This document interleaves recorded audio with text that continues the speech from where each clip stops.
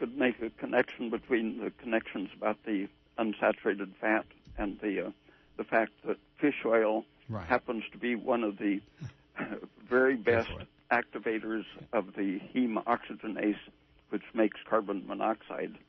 And in proportion to how polyunsaturated a fat is, it activates the production of carbon monoxide.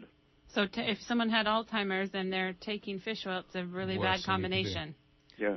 And it's the kind of thing that I would imagine most of the industry is telling you is good for Alzheimer's and good for chronic obstructive lung disease and things like atrial fibrillation and other cardiovascular disorders.